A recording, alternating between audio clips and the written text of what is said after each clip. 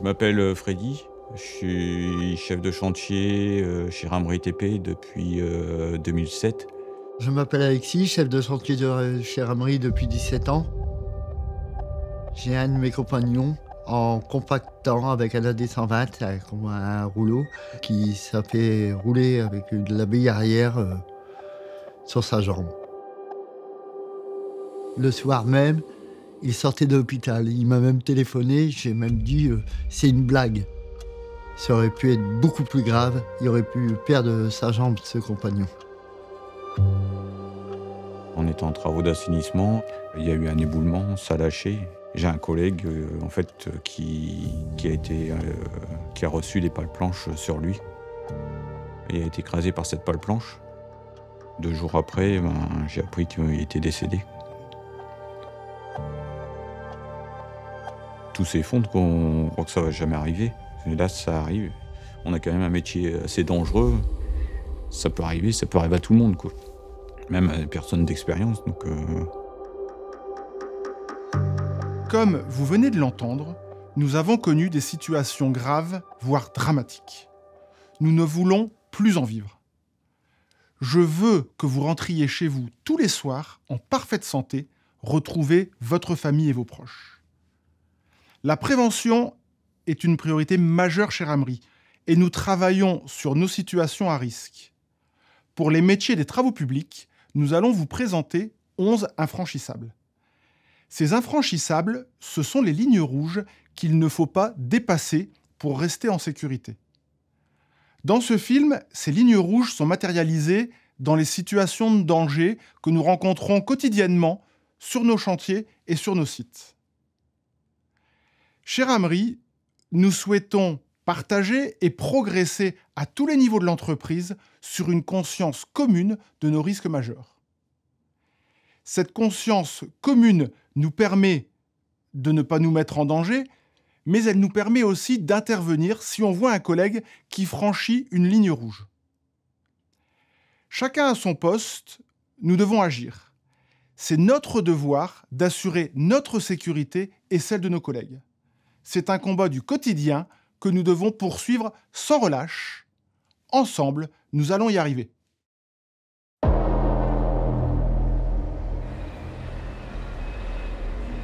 Bon les gars, je vous présente Kevin, c'est son premier jour. Alors je compte sur votre bienveillance pour lui réserver le meilleur accueil.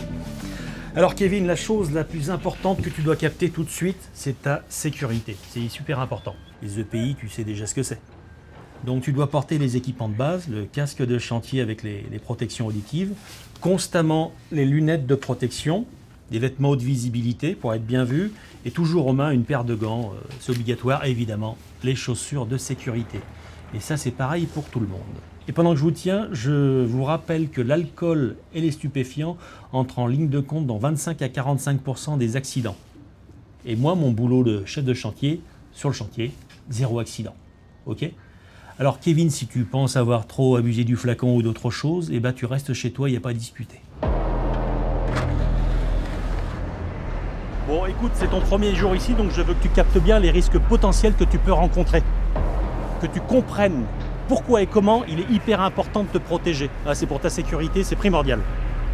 Sur mon chantier, il y a 11 infranchissables. Et un infranchissable, c'est un gros risque qui peut engendrer un accident grave, voire mortel. Donc pour chaque risque, on établit une règle précise que tu vas devoir respecter à la lettre pour la sécurité de tout le monde et surtout la tienne. Et ça, c'est pas à prendre à la légère.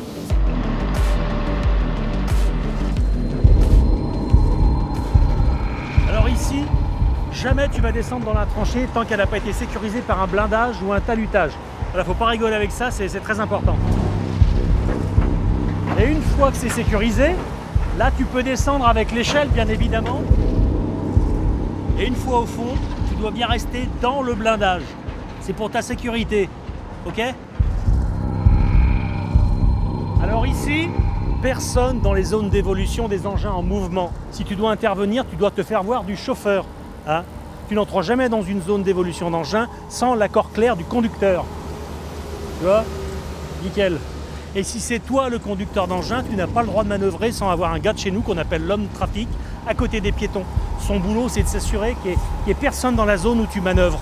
Hein, et tu dois impérativement respecter ces instructions Il n'y a pas de discussion possible, c'est pour la sécurité de tout le monde, ok? Ça va bien? Ça se passe bien?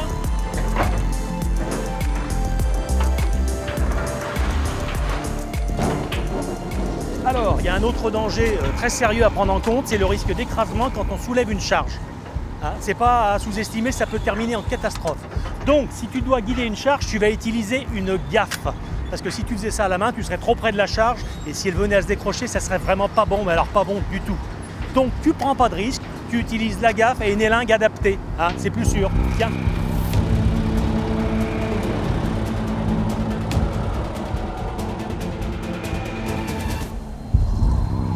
Ici, on fait attention à ce que tout soit bien signalé, les zones de travaux, que tout soit balisé parfaitement. Parce que chez nous, on range nos affaires et on met des panneaux pour marquer les zones. C'est super important, hein, pas seulement pour les autres, mais pour notre propre sécurité. Sur un chantier, tout bouge constamment. Alors on prend le temps de bien repérer, délimiter et de marquer les zones, ça évite les accidents.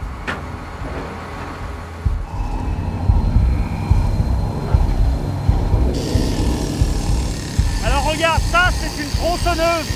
Et malgré la pulvérisation d'eau, il y a quand même des projections de poussière et c'est pas bon pour tes poumons. Alors, tu vas porter des gants, lunettes de protection, protection auditive et en plus, c'est mieux de porter un masque. Et tu dois bien te positionner et l'élément à découper bien à plat. De toute façon, personne n'utilise une tronçonneuse sans l'autorisation du chef de chantier. T'as capté ?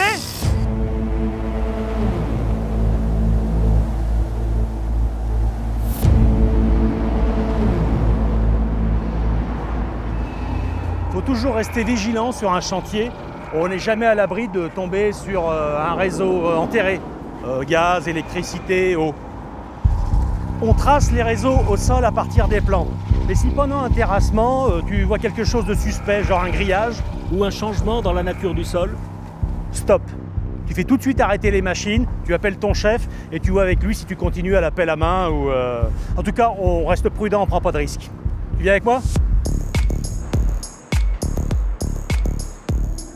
Un vrai pro, ça boucle toujours sa ceinture. Hein. Même si tu penses que ça sert à rien, parce que je te vois venir là avec oui, si l'engin se renverse, j'aurai toujours le temps de sauter. Non. No way, que dalle, niet, nada. Tu montes sur l'engin et tu la boucles. Ta ceinture, hein.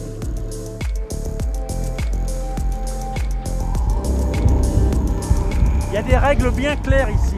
Tu n'as pas le droit de décharger, de l'enrober n'importe comment. Hein. C'est le chef de chantier qui doit vérifier la sécurité des portes avec le chauffeur. Et si tout est OK, ils auront collé sur la benne ce petit fanion vert. Si il n'y est pas, tu ne t'approches pas. Tu pourras être enseveli et crois-moi, l'enrober, c'est chaud.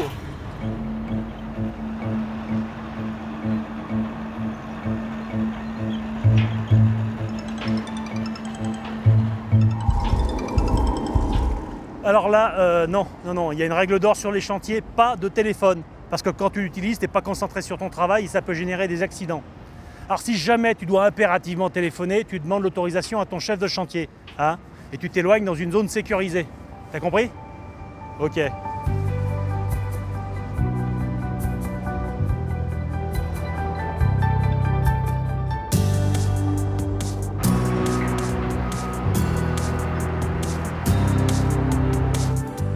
Bon, là c'est déjà pas mal pour ton premier jour chez Ramery.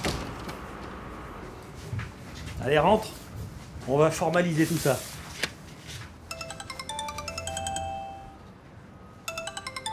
Eh ben vas-y, là, tu peux décrocher. Non mais t'as le droit, tu risques rien, t'es en sécurité ici. Hein. Si on avait tous conscience du danger, on n'aurait pas à mettre en place des règles pour éviter ces accidents. On est une équipe, on travaille tous les jours ensemble, on est comme une famille. La sécurité n'a pas de prix et chez Ramery, ça part du compagnon jusqu'au PDG.